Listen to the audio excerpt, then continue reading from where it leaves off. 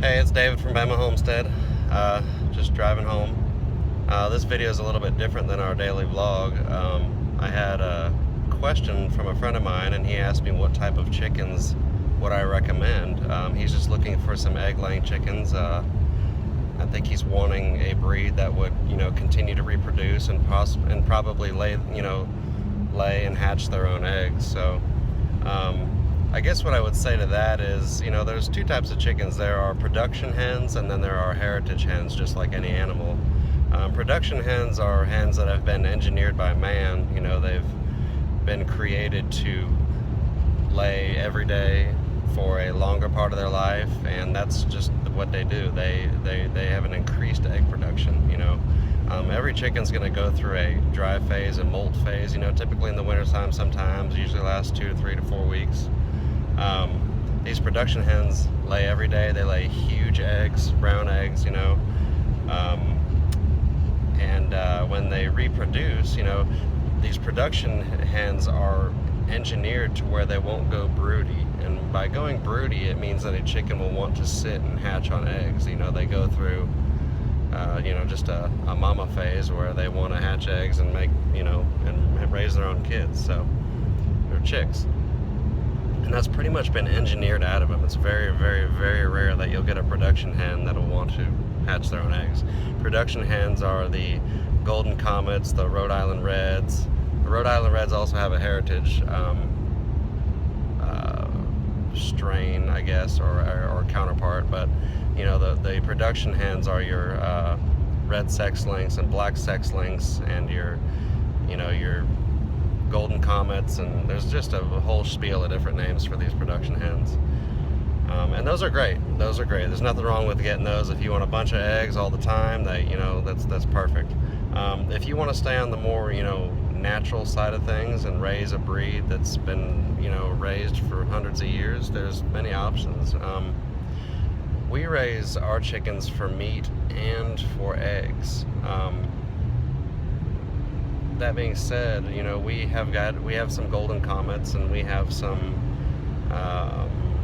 heritage breeds, and I've actually bred our heritage breeds with our Golden Comets. And when you breed a production bird, to another production bird of its own kind, or to a heritage breed, it won't come out. You can't breed two Golden Comets and get another Golden Comet. It doesn't work like that. It reverts back to what its parents were, which is a Rhode Island Red of some type and another different type of rooster. I don't remember offhand. So you can't create your own production hens. So what I would recommend is, if you're wanting to get into chickens, I would really recommend getting a heritage a breed. I would. A very good one, necessarily for dual purpose, meat and eggs, but even just for eggs, is a black Australorp. Those are very, very popular. They've been traced back, as far as man can be traced, and they're a good dual purpose bird. They get big and fat. They lay a bunch of eggs. Another breed that you could get for home use would be Buff Orpingtons. Those are a cream colored. They are beautiful chickens. The hens get big and fat as well as the roosters do, and they lay all the time. Beautiful light brown eggs. We have some buffs. I don't have any black Australorps. I was wanting to get into those, but I have plenty of chickens as it is. Those are going to go broody. They're going to be laying eggs, and one day they're not going to get off of them, and they're going to want to sit on them for 22 days, which is the gestation period for eggs to hatch. You can't force a chicken to go broody. It's just instincts. Some breeds go broody more often than others. But hear about these chickens. If you're wanting a backyard small flock for eggs, go heritage.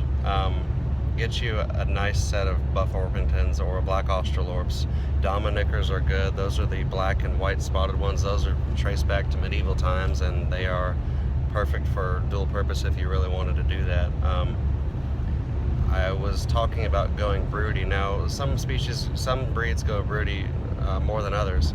We personally have some silkies. Now, silkies, excuse me, are a black meat, black skin chicken. They're highly sought after in Asia. They use them for medicinal purposes over there, as well as some other things. I'm not really up to speed on all their uses. However, I have no desire to eat a black skin or black meat chicken. I do keep them because the hens go broody all the time. They're very, very motherly, and these hens are very small. They're 3 to 5, maybe 6-7 pounds, if that, max. They're the white fluffy chickens. They don't have feathers. They have little white, they just look like fluff balls, and they make absolutely amazing mothers.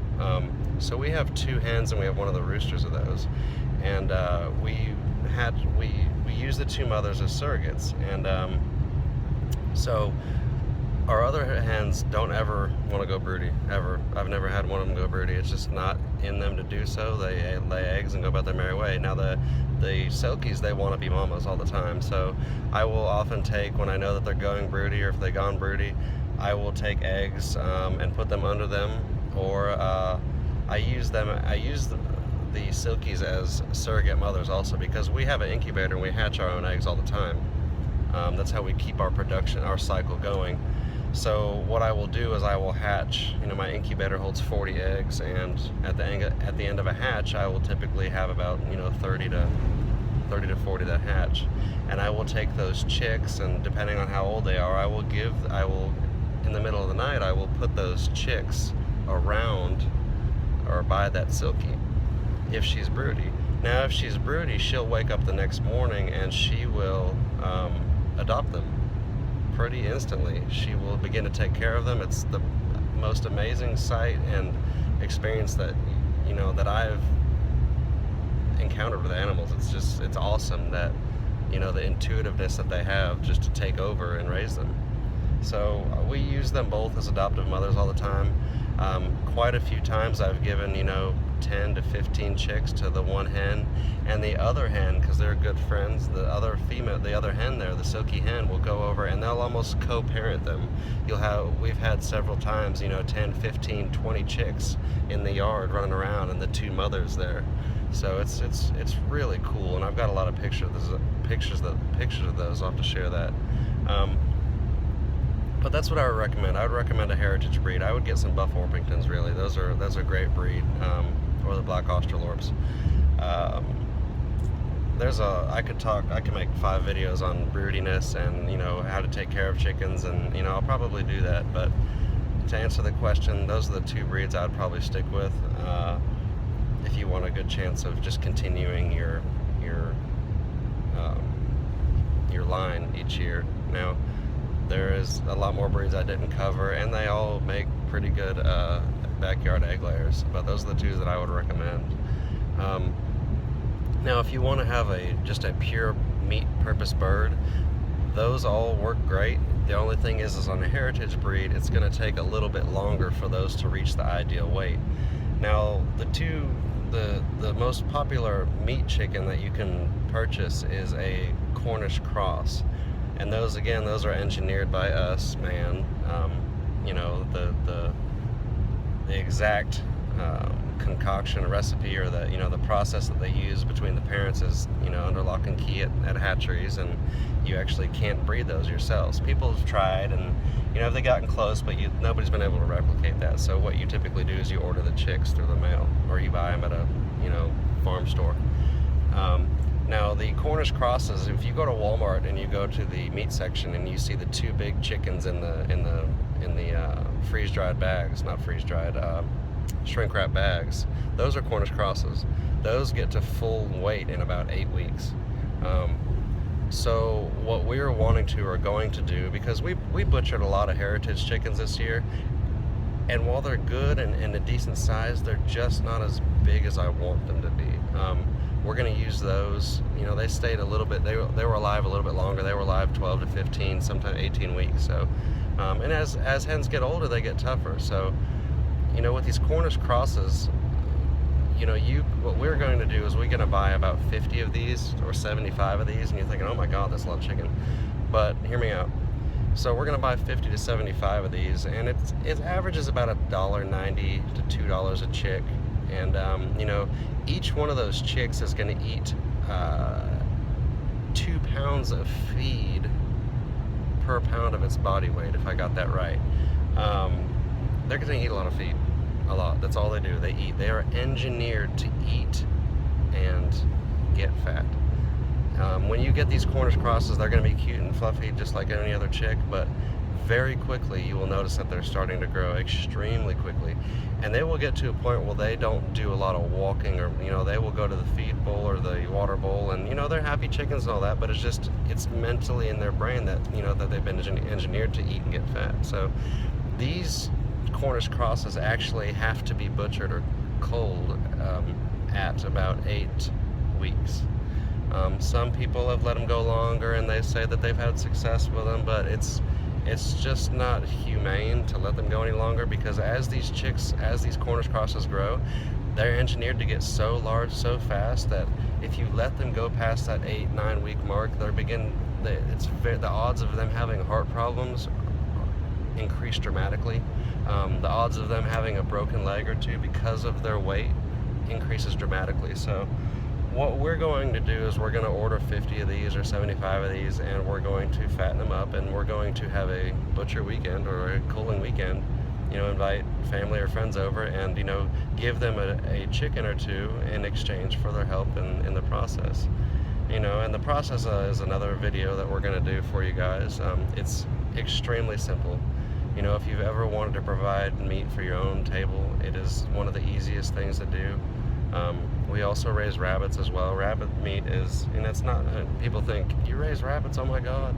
But it's actually a white meat, large rabbit. You know, it's not the cute, they're cute and fluffy for a little while, but then they get real big. And the rabbit meat is all pure white meat, and it is actually healthier than chicken meat. It has less fat and more protein per ounce than chicken.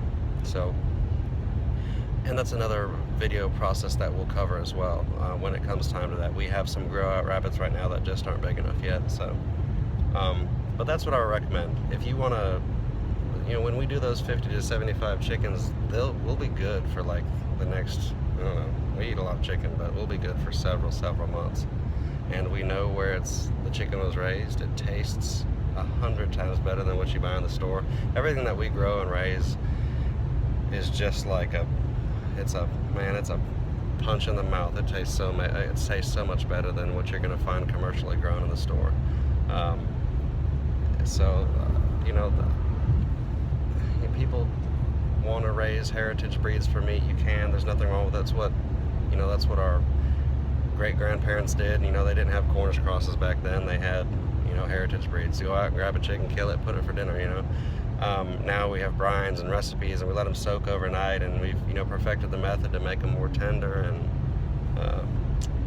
but at the end of the day, we want the big, large, huge chickens, and we'll place an order for those and go from there.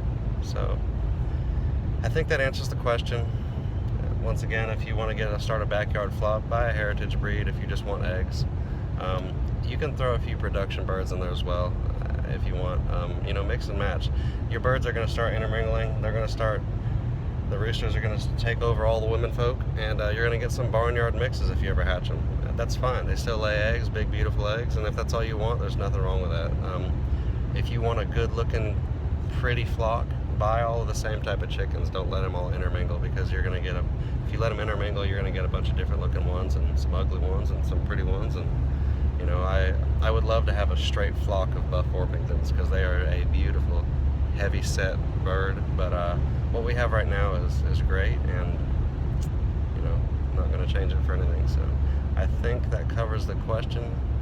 I hope it does. If you have any other questions about raising chickens or what, just let me know. We've been raising them for quite a while now, and I'm by no means an expert, but I do just like everybody else. I read and I do my research, and I'm an avid reader, and I gather the facts, and I decide what I'm going to do. So we're going to do some more videos on processing and eggs, and how to, you know, just all different aspects of chickens, you know, diseases, and how to set up automatic feeders, and all kinds of things. It's going to be pretty exciting, so I hope you all stick around. I know I've rambled a lot in these videos, so you'll have to bear with me. I hope you all have enjoyed it. I hope I've answered the questions that was asked, and if you enjoy it, please like and subscribe it. It goes a long way for us in building our audience, and man, we just love doing these videos. It's a great thing, so I appreciate it, and God bless.